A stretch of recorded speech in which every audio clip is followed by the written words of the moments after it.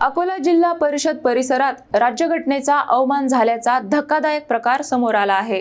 Doctor Babasaheb आंबेडकरांनी दिलेल्या राज्यघटनेच्या उद्देशिका कचऱ्यात फेकलेल्या अवस्थेत आढळल्याने संतापाची लाट उसळली आहे। अकोला जिल्हा परिषद प्रशासनाच्या निष्काळजीपणाचा संतापजनक प्रकार समोर आला आहे। भारतीय लोकशाहीचा आधारस्तंभ असलेल्या राज्यघटनेच्या उद्देशिका चक्क कचऱ्याच्या ढिगाऱ्यात तसेच स्वच्छतागृह परिसरात फेकलेल्या अवस्थेत आढळल्या। हा प्रकार काही जागरूक नागरिक आणि कार्यकर्त्याच्या निदर्शनास येताच त्यांनी तातडीने त्या उद्देशिका सन्मानपूर्वक उचलून सुरक्षित ठिकाणी ठेवल्या। ज्या ठिकाणी या उद्देशिका पडल्या होत्या त्या ठिकाणी नागरिक लवशंका करत असल्याचेही आढळून आल्याने संताप अधिकच वाढला।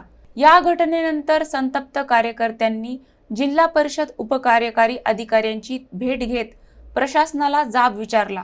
घटनेचे गांभीर्य लक्षात घेऊन अधिकाऱ्यांनी घटनास्थळाची पाहणी करत संबंधित कर्मचारी व जबाबदारांवर कठोर कारवाई करण्याचे आश्वासन दिले आहे।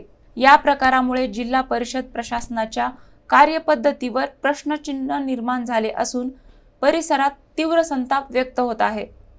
भारतीय संविधानाच्या उद्देशिका म्हणजे विश्वरत्न आंबेडकर यांनी जी भारताची राज्यघटना दिली त्याच्या उद्देशिका जे आहेत ते कचऱ्यात फेकून दिलेल्या होत्या आणि त्या मूत्रघराच्या पाठीमागं त्यावर नागरिक लघुशंका करत होते।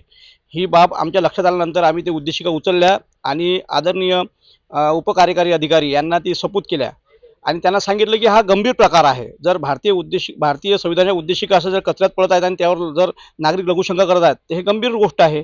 तर त्यांनी त्या आमच्या म्हणजे तक्रारची तात्काळ दखल घेऊन त्यांनी त्या जागेवर येऊन पाहिलं आणि त्यांना पण लक्षात आलं की इथं उद्देशिका हे कचऱ्यात फेकलेल्या होत्या।